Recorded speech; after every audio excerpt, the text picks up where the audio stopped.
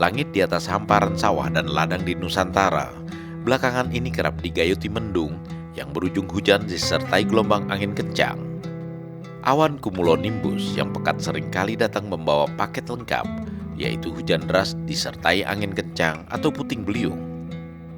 Bagi kebanyakan petani di Indonesia, periode Desember ini hingga Februari 2026 bukan sekedar musim tanam biasa, tapi bisa jadi ujian ketahanan mental dan strategi agronomi. Badan Meteorologi, Klimatologi, dan Geofisika (BMKG) telah mengeluarkan peringatan dini terkait fenomena cuaca ekstrim yang diprediksi mencapai puncaknya pada Januari hingga Februari 2026. Potensi La Nina dan dinamika atmosfer menyebabkan peningkatan curah hujan hingga 20-40% di atas normal, terutama di sebagian besar wilayah Jawa dan Bali. Lalu bagaimana pengaruh langsungnya pada pertanian? Kawan-kawan petani harus bersiap-siap menghadapi beberapa hal. Tanaman padi sama seperti makhluk hidup lainnya loh, di mana mereka juga memiliki ambang batas stres.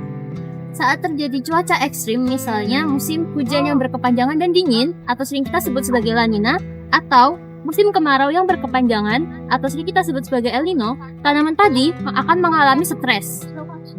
Ketika tanaman padi mengalami stres, hal ini akan menurunkan imunitasnya. Seperti kata benteng, di mana ketika imunitas sedang turun, maka virus, bakteri, dan juga jamur yang ada di sekitar lingkungan akan mudah masuk dan juga berkembang biak.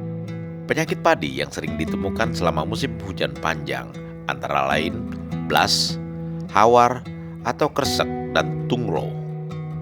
Blas atau patah leher menyerang leher malai padi, batang, dan gabah.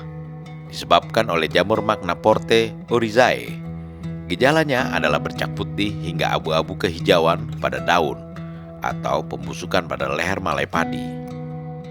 Sementara hawar padi menyerang daun berupa warna pucat, bercak abu-abu atau coklat di tepi daun dan layu. Disebabkan oleh bakteri Xanthomonas oryzae pv oryzae dan mudah menyebar di musim hujan. Penyakit tungro padi disebabkan virus RTBV, ditularkan oleh warang hijau yang menyebabkan tanaman kerdil, daun menguning atau orange, dan bisa menyebabkan gagal panen total. Lalu apa saja yang mesti disiapkan untuk menghadapinya? Pertama adalah normalisasi saluran drainase atau sodetan untuk memastikan sistem pembuangan di sawah dan ladang berfungsi dengan baik.